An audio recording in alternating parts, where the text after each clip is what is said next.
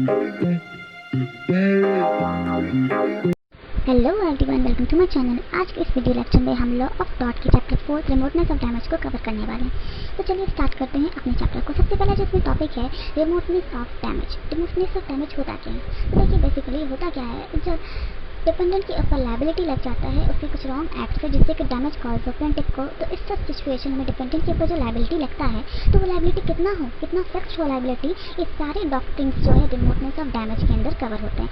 Basically यही जो चीज़ है कि लायबिलिटी कितना होना चाहिए, कितना फिक्स होना चाहिए, सारी चीज़ जो रिमोटनेस ऑफ डैमेज के अंदर आते हैं। फिर हम बात करते हैं डैमेज जो होते हैं वो कितने तरीके होते हैं। डैमेज जो है बेसिकली 3 तरीके होते हैं। सबसे पहला प्रॉक्सिमेट, दूसरा रिमोट एंड तीसरा टू रिमोट। प्रॉक्सिमेट डैमेज क्या होता है? जब डैमेज किसी इंडिविजुअल को कॉज होता है, किसी प्लेंटिफ को कॉज होता है by the act of defendant, तो उसे हम कहते हैं प्रॉक्सिमेट।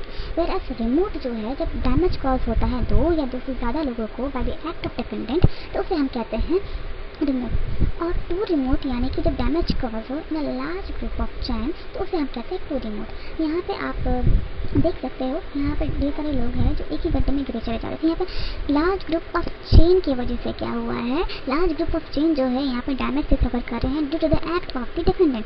तो यहाँ पे जब एक large group of chain create होता है जो सफर करते हैं डैमेज से, तो उसे हम कहेंगे टू रिमोट। इसका एक केस भी हम देख लेते हैं। सबसे पहले जो इसमें एक केस है स्कॉट वर्सेस शेफर्ड का।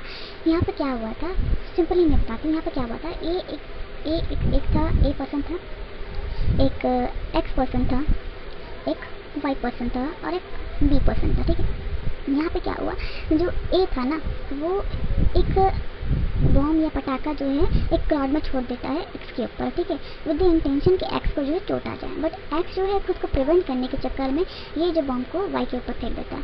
वाई खुद को प्रिवेंट करने के चक्कर में ये बॉम्ब बी के ऊपर फेंक देता है। तो इससे क्या होता है कि बी का जो आँख था वो चल जाता है। तो यहाँ पर ए लायबल ठहराया जाता है for all the consequence of इस एक्ट, एंड ये जो है इन सब के लिए डैमेज पे करेगा, इसके लिए इसके ऊपर लायबिलिटी लग जाता है। तो यहाँ पर एक चेन कॉज हुआ, एक चेन में ये सारा काम हुआ जिसकी वजह से अगर बी को लगे भी तो इस सब अपने सारे एक्ट के लिए जो है रिस्पॉन्सिबल होगा।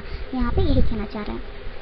ठीक है, उसके बाद जाकर टाइप्स ऑफ रिमोटनेस क्या होता है। टाइप्स ऑफ रिमोटनेस जो है 2 तरीके के होते हैं। एक तो टेस्ट ऑफ रीजनेबल फोरसाइट और दूसरा test of directness. Test of reasonable foresight क्या होता है? Test of reasonable foresight basically जब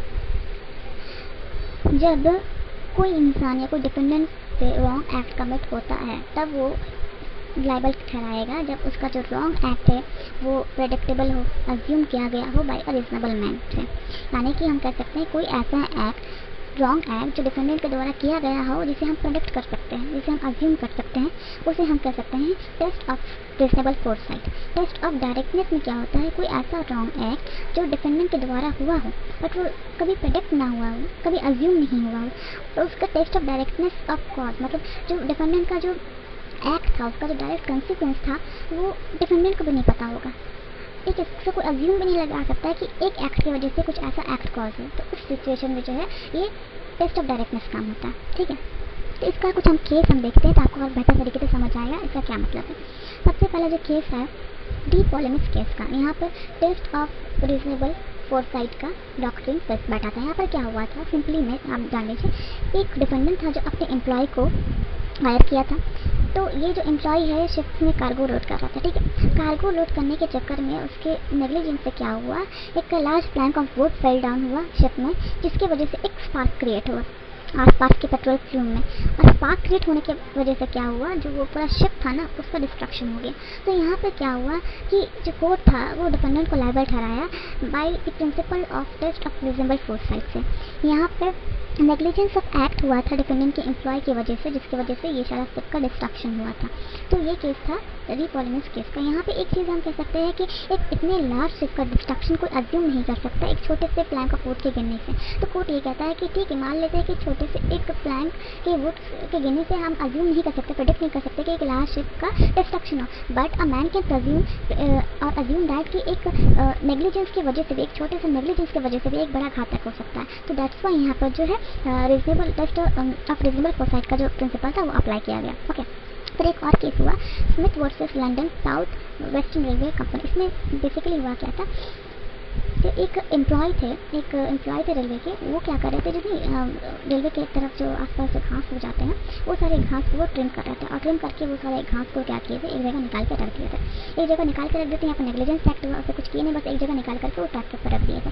जिसकी वजह से क्या हुआ, जो जब ट्रेन बाईपास हो रहा था उस ट्रैक से, जिसकी वजह से स्पार्क क्रिएट हुआ। अब स्पार्क क्रिएट होने की वजह से क्या हुआ, जो ग्रास जो वहाँ रखा था उस ग्रास में जाकर के वो आग लग गया।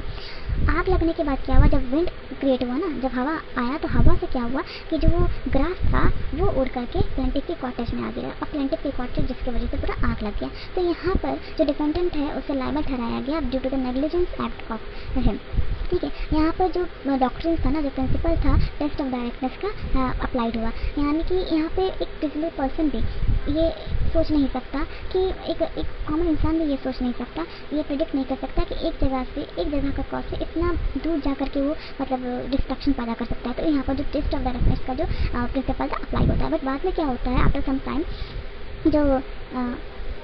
क्या होता है, जो प्रिवी काउंसिल है इस टेस्ट ऑफ डायरेक्टनेस को रिजेक्ट कर देती है, क्योंकि इन्हें रेवलेंट लगता नहीं है। बेसिकली रेवलेंट हो गई, क्योंकि जब मान लो आप कोई ऐसा एक्ट करते हो, आप उसको प्रिज्यूम भी नहीं कर सकते हो, उसे आप कोई अज्यूम भी नहीं कर सकते हो कि उस एक्ट से कोई बड़ा कॉज हो सकता है जो प्रिडिक्ट भी नहीं किया गया हो।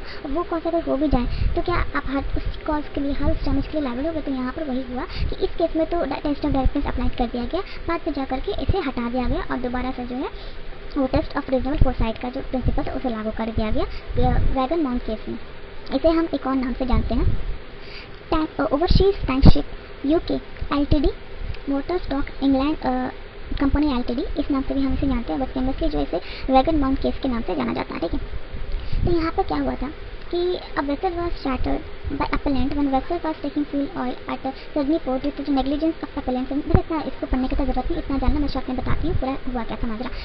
वैगन माउंट केस में हुआ क्या था, जो शिप के जो ओनर थे ना, वो शिप लेके जा रहे थे। शिप में जो था एक थोड़ा सा होल था, ठीक है, होल की वजह से जो क्या है वो पूरा जो ऑयल स्प्लिट हो रहा था पूरे वाटर में, ओवरफ्लो होकर के वो वाटर से एकदम नदी का जो तट होता है ना, वहाँ पे जाकर के किसी वेल्डिंग का काम हो रहा था किसी चीज़ का, तो वहाँ पे जाकर के वो चला गया, वो सारे कुछ जो ऑयल जो थे और वो समुद्र से बह के वो ऑयल वहाँ तक चला गया, और वहाँ पे जो है वेल्डिंग का काम जानते हो, आग वगैरह का काम है, और उस वजह से क्या हुआ, वहाँ पे आग लग गया, डिस्ट्रक्शन हो गया, डिस्ट्रॉय हो गया, और हेवी लॉस हुआ। तो यहाँ पर जो है ये इस कोर्ट में हुआ, इस कोर्ट का ये फैसला हुआ कि यहाँ पर जो डिफेंडेंट लायबल नहीं होगा। क्यों कि सबसे पहला तो डिफेंडेंट को कोई नॉलेज नहीं था, उसका कोई इंटेंशन नहीं था ऐसा, और सबसे पहला तो डिफेंडेंट को इस बात का भी अंदाजा नहीं था कि उसकी शिप में जो ऐसा कुछ हो रहा है जिसकी वजह से ये सारा माजरा हुआ है। ठीक है, अब तीसरा कि इस चीज़ को हम प्रेडिक्ट भी नहीं कर सकते कि आप सोच रहे हो कि समुद्र के तट के किनारे जाकर के किसी बिल्डिंग का काम हो रहा है और वहाँ जाकर के वो ऐसा डिस्ट्रक्शन हुआ, कोई रीजनल पर्सन भी नहीं सोच सकता। तो इस केस में वैगन माउंट केस में क्या फिट बैठा, यहाँ पर फिर से वो डॉक्ट्रिन जो था, जो प्रिंसिपल था रीजनेबल टेस्ट का फोरसाइट का, यहाँ पे अप्लाई किया गया। ठीक है, प्रिवी काउंसिल के द्वारा, तो यही था।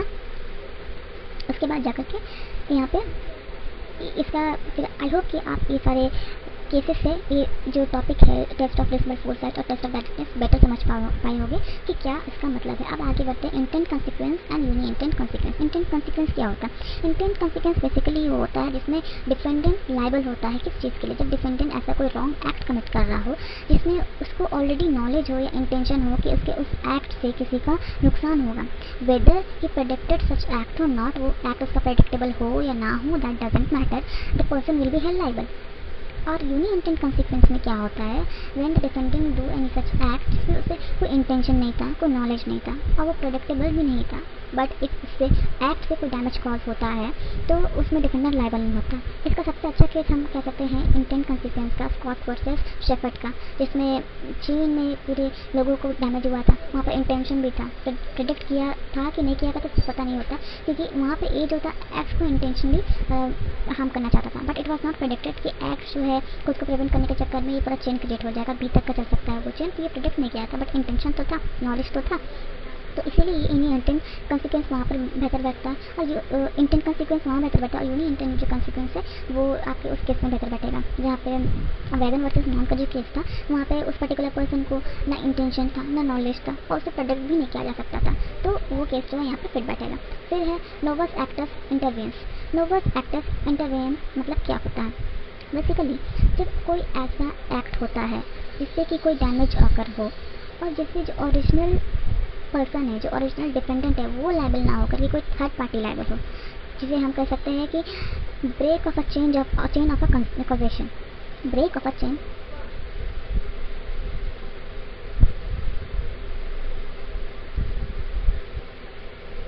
break the chain of causation।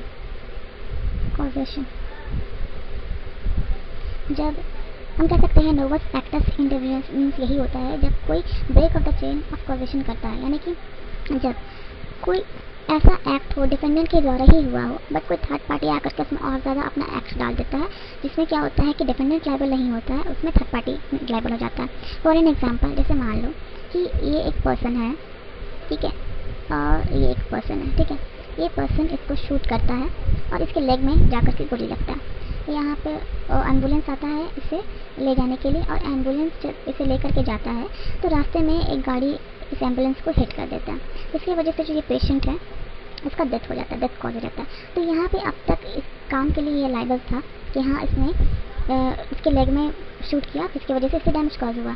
But after that जो यहाँ पे इसको जब हॉस्पिटल लेके जाया जा रहा था, हॉस्पिटल लेके जाते जाते यहाँ पे एक और नया कांड हो गया, तो इसमें जो इसका डेथ ही हो गया, इस सिचुएशन में जो इसका जो लायबिलिटी था यहाँ से हट करके इसके ऊपर लायबिलिटी चल जाएगा। That's what novus actus interveniens is about, यानी break the chain of causation, यानी जो चेन था उस कॉज का उसे ब्रेक करके किसी थर्ड पार्टी के ऊपर लायबिलिटी आ जाना। That's what all about. और यहाँ पर जो चैप्टर है हमारा 4 रिमोटनेस ऑफ डैमेज, ये ख़त्म हो चुका है। अब हम मिलेंगे नेक्स्ट वीडियो में नेक्स्ट चैप्टर के साथ, तब तक के लिए बाय, टेक केयर।